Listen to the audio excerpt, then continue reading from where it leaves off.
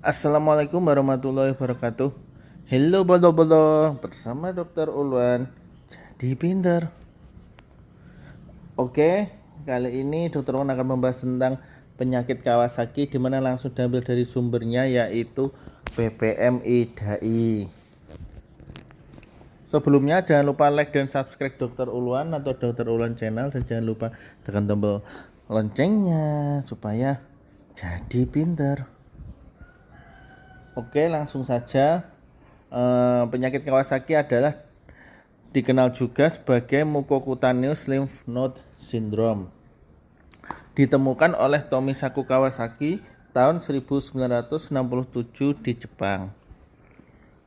Penyakit yang menimbulkan vaskulitis sistemik ini belum diketahui etiologinya.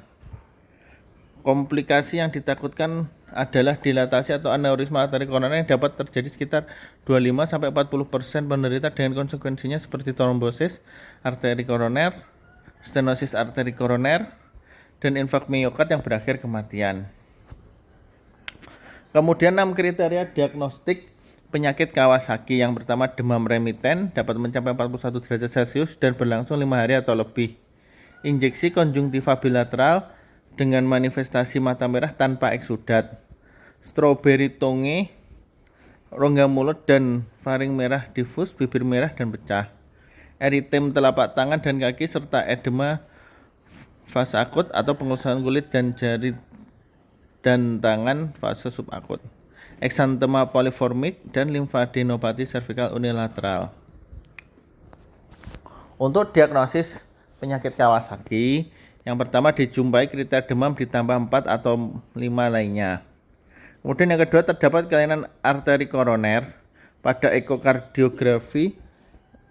Meskipun ditemukan kurang dari 4 kriteria selain demam, namun kriteria demam harus ada. Atau demam disertai kurang dari 4 kriteria lain dan ditemukan kelainan arteri koroner, itu disebut dengan penyakit Kawasaki incomplete.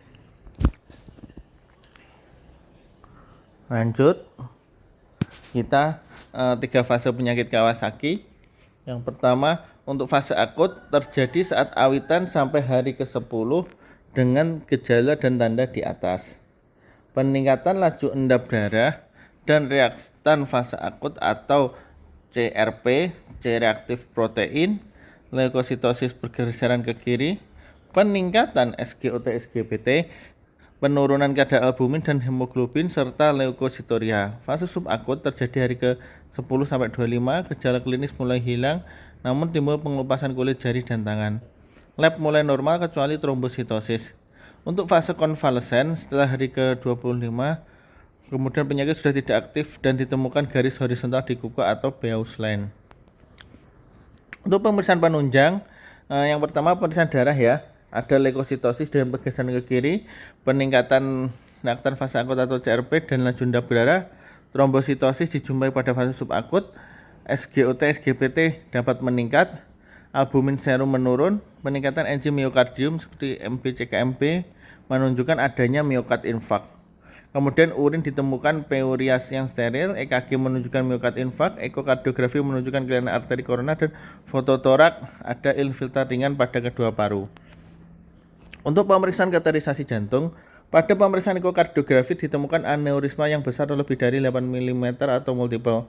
Terdapat tanda iskemi secara klinis atau pada rekaman EKG.